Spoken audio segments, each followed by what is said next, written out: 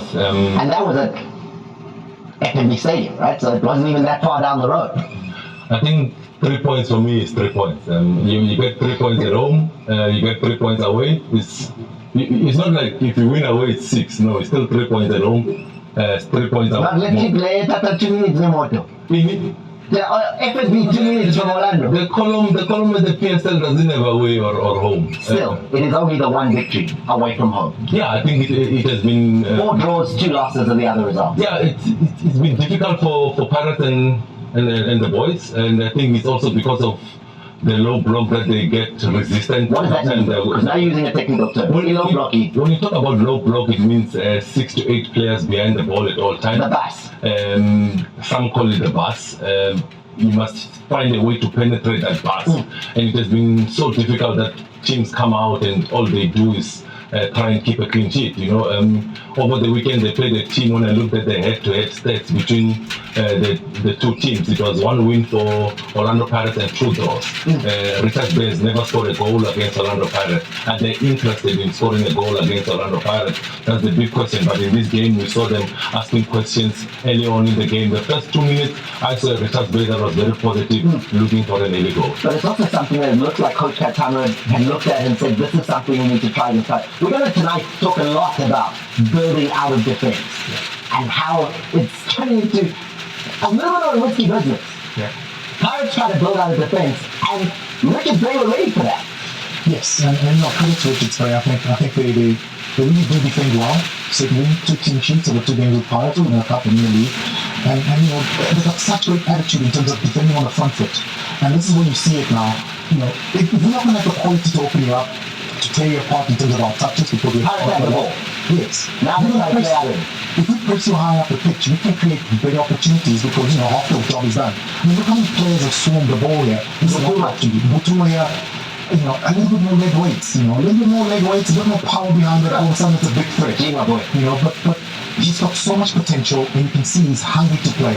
The attitude from Richard Bay players is so encouraging considering the position they're in. Again, goal lost, and it turns into danger that creates in the first 2 minutes chances for Richards Bay where Butanegli has to be involved. It looks like in the first 10 minutes, Thomas, they had 5 players that were always ready to press. They had 5 players on rest defense.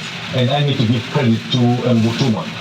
That is tirelessly running throughout the whole 90 minutes. The pace of Barnes, whenever they win the ball, they're looking for Barnes to go on the run. They're looking for Gumede to go on the run. But Mbutuma triggers that press. And you could see in the first 5-10 minutes that they blocks of 5. The five players to press around the Pirates right, the 5 players on rest defense. And I thought that plan worked for Caetano Tembo, especially in the first 15 minutes. You could see they wanted a goal in the critical phase of the game, the first 10 minutes, but Orlando Pirates managed to survive. Key on a game like this, where it is this tight, and as Pomodo was highlighting, you're playing against a team that's really not going to come out that much. They're going to sit and wait for you, set pieces. Yeah. I mean, to be honest, back in our day, that's how we won the league. We'd be solid in defense, but set pieces was like a penalty to us. And this is a wonderful opportunity, to unlock games that are obviously this type. I mean, I was probably impressed at the technique here. Yes, it's on the goalkeeper side. Jackson probably does well to get the save, but for me, at this level, we should be saving that. It's his side. I mean, we can see it coming. But no, for defender, that is real good technique. Is it the target? So first prize. Well done. There's the save. The problem is, though, that as we look at this, Pomodo, in the first 45 minutes, Pirates didn't have a single shot on target. And that's something else as we look here. The ball not finding the back of the net.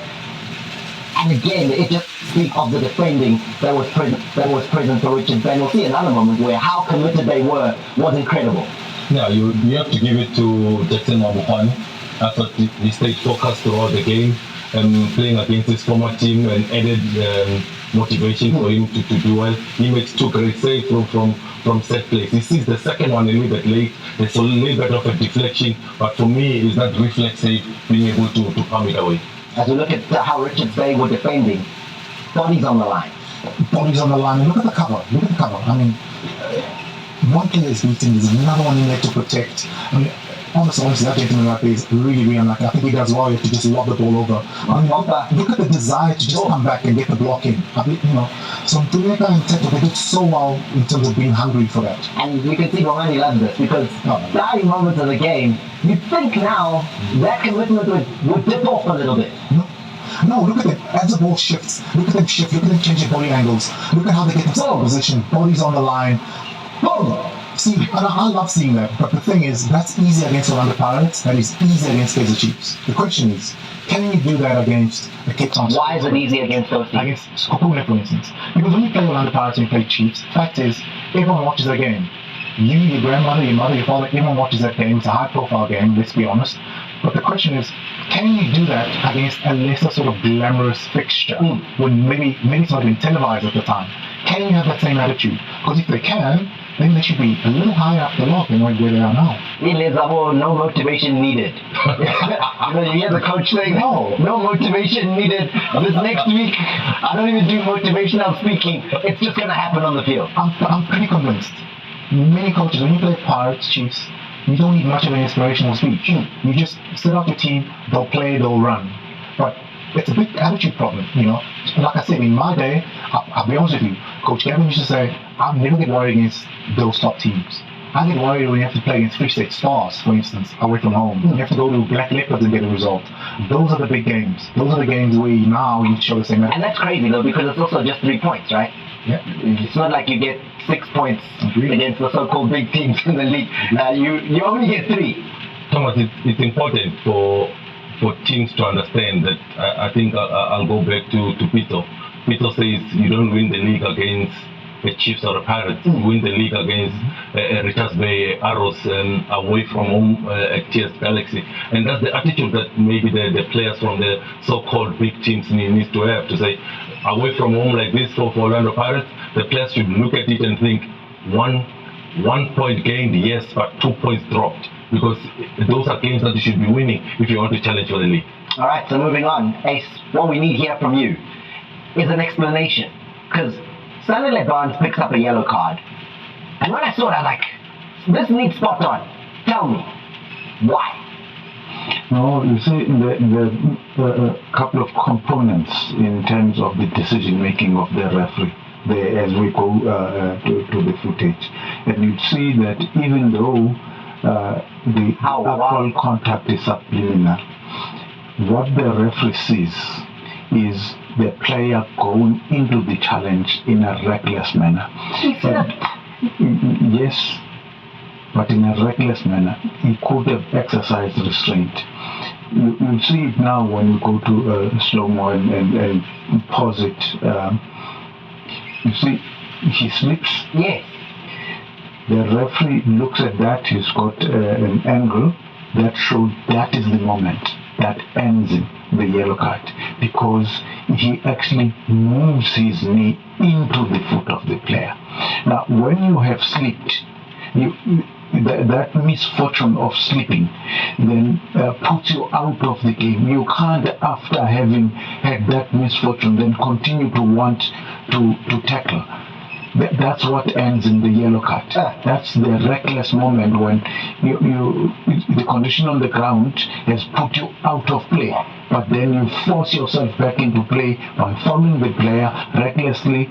Correct decision by the referee to award the free kick and show the yellow card for a reckless challenge.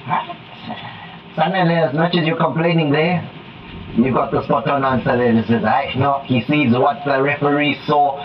I'm going to ask you to continue seeing things that we can't see, all of us. Because Monare picks up a red card. Aneke Groundini, his jersey's not on, he's not ready to come on, he's warming up behind the posts, and our cameras didn't really get it. So this is going to need you, Spot On, to give us even an idea of what took place here, even the legality of it. Red card, Now, before we go to the footage, a player who is a named substitute. A named substitute means this player is on the team sheet. Yeah. Whether on the bench or warming up behind the goalposts, that's a named substitute. He can be shown a yellow card as a caution. He can be shown a red card as a dismissal. For what offences? You're not kicking a player. You're not making tackles on the bench. What's the offence? It's not often that I'm called upon to be a Sangoma on this show. But I can tell you now that him receiving a red card can only be for violent conduct. Yeah. Can only be for violent conduct. There is nothing else that would end in a red card. We'll go now to that footage, okay, and see what's happening, and see if you see there's somebody on the ground. The ball boy. We don't know what happened to that participant. But remember, the ball boy is a participant in the match. Now he is lying on the ground, writhing in pain. No, it's not stomachache. Yeah. It's not just a food that he ate. Clearly, there is something that name substitute did to the participant. And even if it had been a spectator who had somehow managed to jump over the fence, a medic, or even a security steward, if you conduct yourself violently against any person, the referee will show you a red card and dismiss you. And when you do such things, and you start threatening the referee like that, I hope that referee has submitted a report, because you see, there's nothing more you can do. There's no card that's right as a red card, you know. So the only thing that the referee can do, if he felt threatened there, is to then make a submission. You think that Muno's threats? What does it show? Siyakhuluma. Referee angithandi. You know, you see the close proximity of that finger to the referee's face. Sorry. So when you say sorry, I know when you say sorry. Sorry, I'm not going Guys, let's just go back, because Ace was talking about the participant, and you guys have played, right? It looks like a ball boy is lying on the ground. And Ace is speculating that potentially what he calls violent conduct could have taken place.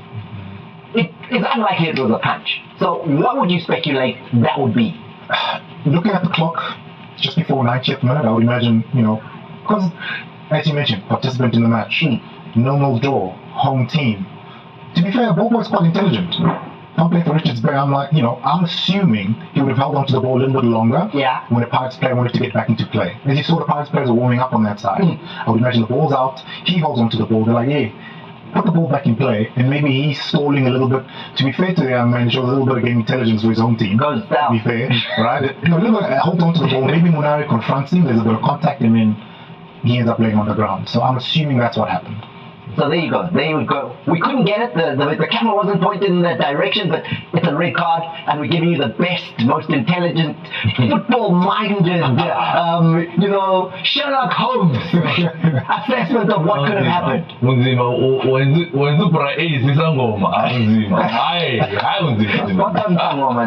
Okay, so that's what we think could have happened, but an interesting situation there. Now let's go on to Cape Town Spurs and Royal AM.